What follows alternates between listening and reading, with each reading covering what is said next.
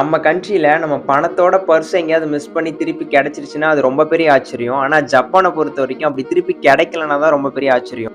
Hello everyone 100 டே story சீரிஸ்ல இன்னைக்கு டே 4. இந்த மாதிரியான இன்ட்ரெஸ்டிங்கான ஸ்டோரிஸ்க்கு நம்ம பேஜை ஃபாலோ பண்ணிக்கோங்க. என்னதான் நம்ம கண்ட்ரியில நைட் டைம்ஸ்ல மக்கள் நடமாட்டம் அதிகமா இருந்தாலும், நாமளே தனியா வெளியே போறதுனா நைட் டைம்ஸ்ல ரொம்ப பயமா தான் இருக்கும். ஆனா ஜப்பானை பொறுத்த வரைக்கும் அந்த கவலையே இல்ல.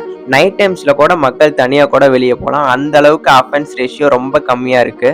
நம்ம ஊர்ல எல்லாம் சம்டைம்ஸ் ட்ரெயின் ரொம்ப லேட்டா வரும். 5 நிமிஷம், 10 நிமிஷம், ஏன் சம்டைம்ஸ் 1/2 அன் ஹவர் கூட லேட்டா வரும். ஆனா ஜப்பான்ல அந்த 5 நிமிஷம், 10 நிமிஷம் லேட்டுங்கிற பேச்சுக்கே இடம் கிடையாது.